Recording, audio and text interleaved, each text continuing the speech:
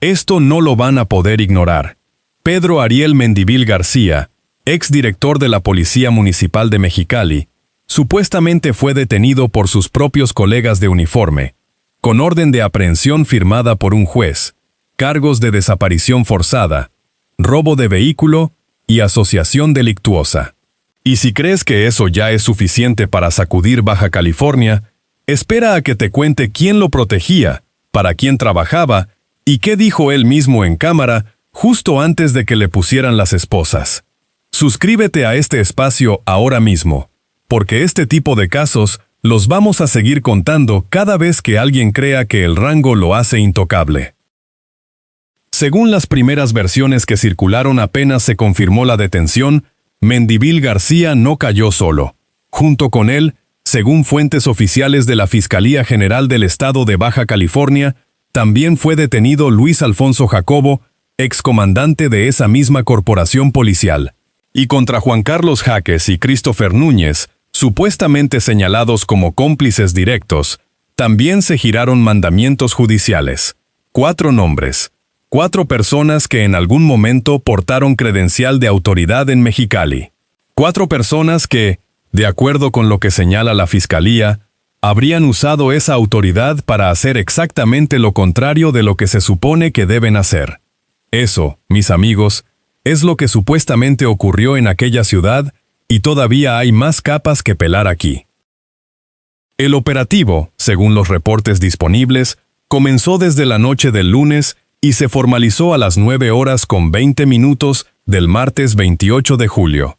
Participaron la Secretaría de la Defensa Nacional, la Secretaría de Marina y fuerzas federales de la Secretaría de Seguridad y Protección Ciudadana. O sea que esto no fue un par de patrullas llegando a tocar el timbre. Fue un despliegue coordinado entre dependencias federales para ir a la casa de un hombre que vivía en la colonia Los Arcos de Mexicali, que en papel era presidente de la Federación de Abogados de Baja California, y que, según la acusación formal, habría ordenado la desaparición forzada de al menos 2 personas identificadas en el expediente como José Ricardo Vindiola Domínguez y Cristian Alejandro García Mora. 2 personas, 2 familias, 2 nombres en un expediente que, al parecer, llevaba tiempo esperando que alguien tuviera los pantalones para ejecutarlo. Y si quieres que este espacio siga exponiendo exactamente este tipo de historias, suscríbete ya, porque esto apenas es el primer golpe de esta noche. Ahora bien, lo que convierte este caso en algo que no se puede pasar por alto es el perfil de Mendívil García. Según la información que se desprende de fuentes oficiales, este hombre se desempeñó como fiscal regional de Mexicali hasta diciembre del 2021, durante la administración de Guillermo Ruiz Hernández. Después asumió la dirección de Policía Municipal de Mexicali durante 2 años completos, en la administración de Norma Bustamante, cargo que ejerció hasta 2024. 24 años en el servicio público, según sus propias palabras. 24 años manejando estructuras de poder en una ciudad que cualquier mexicalense sabe que tiene sus complejidades. Y cuando terminó su etapa en el gobierno, este hombre no se fue a descansar ni a abrir una notaría. Se convirtió en presidente de la Federación de Abogados de Baja California. El mismo hombre que, de acuerdo con la acusación, supuestamente ordenó desapariciones forzadas, terminó presidiendo el gremio que se supone que defiende a las víctimas de ese tipo de crímenes. Eso no es un detalle menor. Eso es lo que define este caso. Y aquí viene el primer momento que no te puedes perder, amigas y amigos. Porque antes de que llegaran a su domicilio, Mendívil García tuvo tiempo de grabar un video. Un video tranquilo, con corbata, bien peinado, mirando a la cámara. En ese video dijo, según lo que se puede escuchar en los registros que circularon, que era un hombre de leyes, que era un hombre de justicia, que llevaba más de 24 años ejerciendo su carrera con ética, honorabilidad y profesionalismo. Dijo que la gente que lo conocía sabía quién era. Y cerró con una frase que suena bonita hasta que la piensas 2 veces. Dijo que las personas inocentes no huyen, no se esconden, no tramitan amparos para no ser detenidos, que enfrentan la verdad y la justicia dando la cara. Palabras textuales, más o menos. Aplausos. Muy valiente. Muy digno. Lo que no mencionó en ese video fue el nombre de José Ricardo Vindiola Domínguez ni el de Cristian Alejandro García Mora. No mencionó el expediente número 02-2023-0034. No mencionó qué fue de esas dos personas durante el tiempo en que él dirigía la corporación que, supuestamente, habría estado detrás de su desaparición forzada.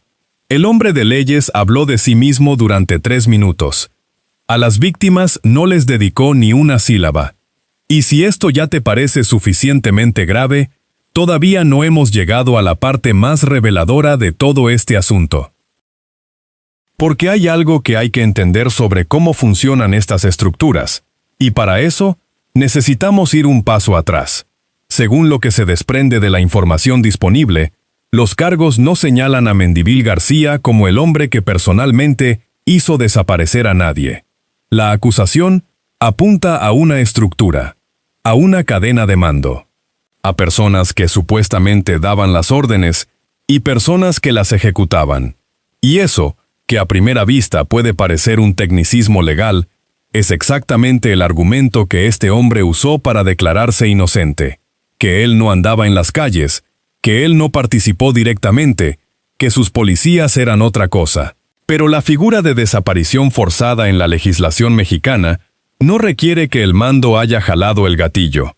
Requiere que haya existido una estructura de poder y que esa estructura haya actuado. Y si los cargos son válidos, eso es precisamente lo que se le atribuye. La pregunta que queda flotando, aquí lo vemos claro, es ¿cuántos casos similares quedaron sin expediente durante los años en que este hombre tuvo el control de esa corporación? Porque un caso en un expediente es el que llegó a la fiscalía. Los que no llegaron son los que nadie contó todavía. Y hay algo más que conecta todo esto y que todavía no te hemos dicho. Hay un nombre que aparece en el contexto de este caso y que no es menor. Según se comenta en los círculos informativos de Baja California, Mendívil García habría tenido vínculos con la estructura del exgobernador Francisco Vega de la Madrid, conocido popularmente como Rufo. Vega de la Madrid es un personaje cuya administración ya enfrenta señalamientos graves en varios frentes, y según distintas fuentes periodísticas locales, varios exfuncionarios de esa época han ido cayendo uno a uno conforme avanza la investigación de la Fiscalía Estatal. Mendívil García habría sido fiscal regional precisamente en esa época. Después, habría sido director de policía bajo una administración distinta, pero con vínculos que, supuestamente, habrían mantenido ciertas lealtades intactas. Si eso es cierto, este arresto no es un caso aislado. Es parte de un patrón, y ese patrón todavía tiene nombres que no han salido a la luz. Suscríbete a este espacio si no quieres que te pille fuera de la jugada cuando esos nombres empiecen a aparecer, porque al ritmo que van estas detenciones, no va a tardar mucho. Hay otro elemento en este caso que no se puede ignorar, y tiene que ver con el momento que eligió Mendívil García para grabar ese video. Sabía que venían por él, o sea que tuvo tiempo. Tuvo horas, al parecer, para preparar su defensa pública antes de que se formalizara su detención. Y lo que hizo con ese tiempo fue construir una narrativa. Habló de su trayectoria, habló de ética, habló de que la Fiscalía no había actuado con buena fe. Culpó a la institución que lo investigaba. Dijo que la persecución política existía, pero no explicó nada sobre el expediente. No habló de las víctimas. No dio una sola versión alternativa de los hechos concretos que se le imputan. Solo habló de él, de su imagen, de su reputación, de sus 24 años, como si la duración de una carrera en el servicio público fuera una garantía de honestidad. Como si alguien que lleva décadas dentro de una corporación policial no pudiera haber construido en ese tiempo exactamente el tipo de estructura que se le está atribuyendo. Y esto no es cosa menor, mis amigos, porque ahora viene la parte que lo cambia todo. Según la Fiscalía General del Estado de Baja California, que emitió un comunicado oficial sobre la detención, El operativo se diseñó con apoyo de 3 dependencias federales porque se consideró que existía riesgo de fuga o de resistencia. Eso, en términos institucionales, significa que la Fiscalía no confiaba en que Mendívil García se entregara voluntariamente a pesar de que él mismo dijo en su video que lo haría. Dijo que él no tramitó amparos. Dijo que no huyó. Dijo que se presentaría. Pero la Fiscalía llegó con la Sedena, la Marina y fuerzas federales a las 9:20 de la mañana. Eso dice todo lo que hay que saber sobre cuánta credibilidad le da el sistema judicial a la narrativa del hombre honorable que graba un video con corbata. Hay también otros mandatos judiciales pendientes. Jaques y Núñez todavía no han sido capturados al momento en que esta información fue procesada. Lo cual significa que la red supuestamente vinculada a este caso sigue parcialmente operativa, al menos en lo que toca a algunos de sus presuntos integrantes. La pregunta que nadie quiere hacer en voz alta es cuántos de ellos siguen dentro de alguna corporación de seguridad en este momento. Y aquí es donde llegamos al punto que derrumba toda la fachada. Esto es lo que nadie ha dicho con toda la claridad que merece. Según los registros del expediente, las víctimas identificadas son José Ricardo Vindiola Domínguez y Cristian Alejandro García Mora. 2 nombres concretos. 2 casos de desaparición forzada que, según la acusación formal, ocurrieron mientras Mendívil García dirigía una de las corporaciones policiales más importantes del Estado. No como especulación, no como rumor, como cargos formales derivados de ese expediente con orden de aprehensión firmada por un juez. Eso significa que un juez revisó la evidencia, la consideró suficiente para emitir una orden y autorizó el operativo. Y ese mismo hombre que en su video habló de honorabilidad y de 24 años de carrera íntegra, es la misma persona que, de acuerdo con esa acusación formal, habría estado al frente de la estructura que hizo desaparecer a esas 2 personas. Eso, aquí lo tienes, es la distancia entre el discurso y los hechos.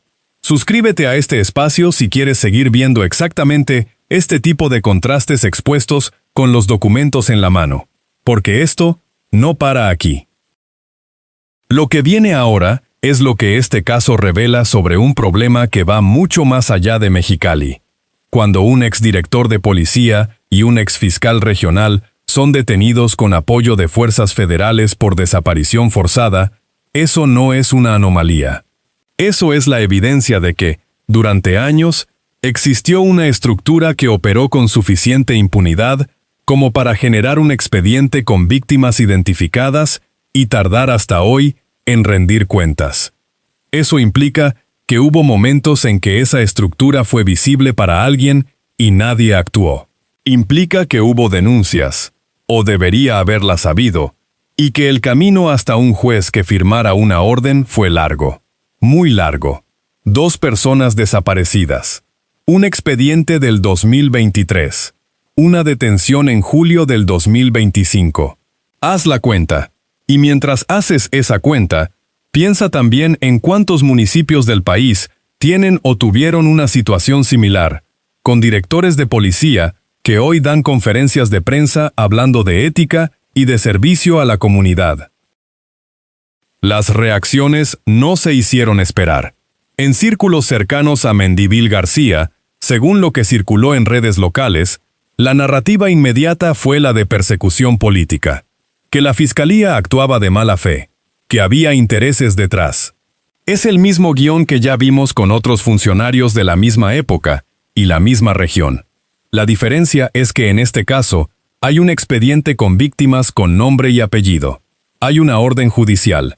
Hay 4 personas detenidas o con orden de captura. Y hay un video grabado por el propio implicado en el que reconoce que sabía que venían por él, que eligió grabar ese video en vez de hablar con los abogados de las familias de Vindiola Domínguez y García Mora, y que usó su tiempo libre antes de ser detenido para construir su propia imagen pública. Ese video, que supuestamente buscaba establecer su inocencia, terminó siendo la evidencia más clara de sus prioridades. Y eso, mis amigos, dice esto con toda su contundencia. Ricardo Salinas Pliego, desde su plataforma, supuestamente intentó usar el caos político de Sinaloa para golpear a Morena, según lo que se puede ver en sus publicaciones. Escribió, de acuerdo con lo que circuló, que si los sinaloenses no habían aprendido nada sobre las consecuencias de su voto, entonces nadie debería salvarlos de lo que estaban viviendo. Palabras duras, palabras de alguien que, según reportes periodísticos, acumula cuestionamientos propios sobre prácticas fiscales y laborales, pero que en sus redes aparece como juez moral del electorado de un estado.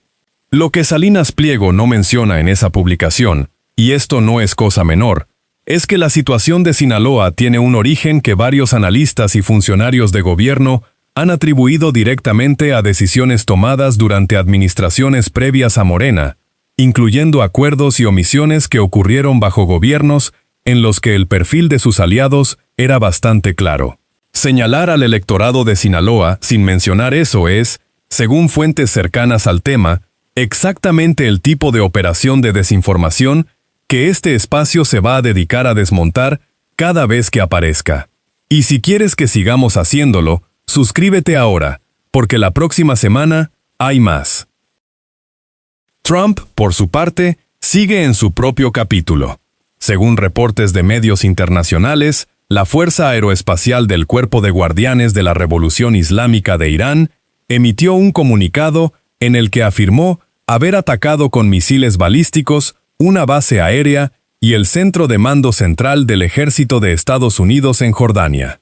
El comunicado señaló, de acuerdo con lo publicado por medios especializados, que mientras las amenazas contra Irán continúen y las acciones supuestamente ilegales de las fuerzas estadounidenses sigan en marcha, la resistencia también continuará. Trump respondió, según reportó Fox News entre otros medios, diciendo que Irán recibiría una paliza.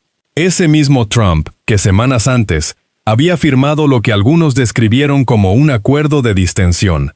Ese mismo Trump, que según una encuesta citada esta semana, señala que el 73% de los estadounidenses considera que no ha atendido los problemas más urgentes del país.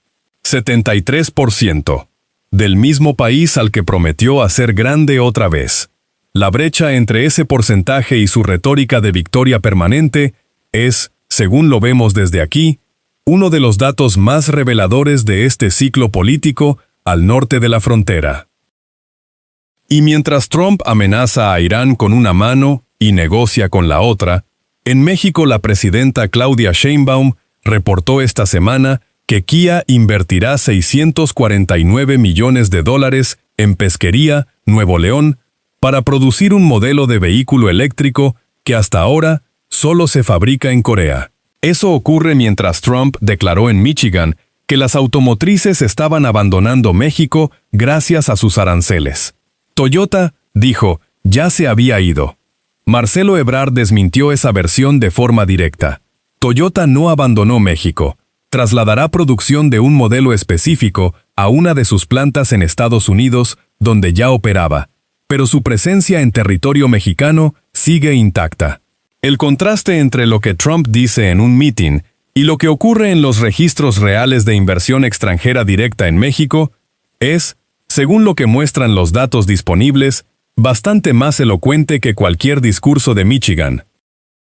La pregunta que queda después de todo esto no es si Pedro Ariel Mendívil García es culpable. Eso lo determinará un juez, con el expediente, con las pruebas y con el proceso que corresponde. La pregunta real es, ¿cuántos años tardó ese expediente en llegar a producir una orden de aprehensión? ¿Cuántos años estuvo ese hombre en posiciones de poder mientras ese expediente existía? ¿Y cuántas estructuras similares siguen operando hoy en municipios donde nadie ha enviado todavía a la Sedena, la Marina y fuerzas federales a las 9:20 de la mañana? Eso, aquí lo ves claro, es lo que este caso le dice a quien quiera escucharlo. Mendívil García grabó un video hablando de honorabilidad. Las familias de Vindiola Domínguez y García Mora llevan desde 2023 esperando que alguien les explique dónde están sus personas. Esa distancia, entre el video con corbata y las familias que esperan, Es todo lo que necesitas saber sobre este caso. Y mientras existan funcionarios que crean que el uniforme o el cargo los pone por encima de las consecuencias, este espacio va a seguir contándolo. Suscríbete para que no te pierdas la próxima vez que alguien así se quede sin máscara. Porque esto no termina aquí y los siguientes nombres ya están en camino.